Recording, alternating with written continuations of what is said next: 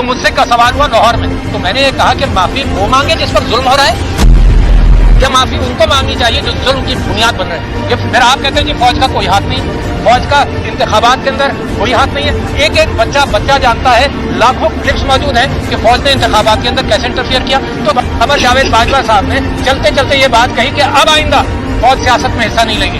इसका मतलब उन्होंने इकबाल किया इस बात पर कि जब तक तो फौज हिस्सा ले रही थी सियासत में, अब नहीं लेगी। सारी फौज की बदनामी की बुनियाद बन रहे हैं। क्या जरूरत है प्रेस कॉन्फ्रेंस करने की?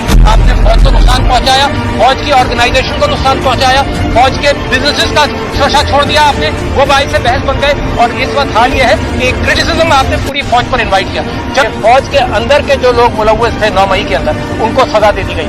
मगर मेरा सवाल ये है कि खुद भी आपने यही कहा कि सारी फौज तो मुलव्वस नहीं थी, सारी फौज को तो सजा नहीं थी, मगर पाकिस्तान तहरीक इंसाफ के चंद लोगों के ऊपर आपने इल्जाम लगाया और सारी पार्टी को बंद करने की फिक्र में है, सारी पार्टी के ऊपर इल्जाम लगा दिया।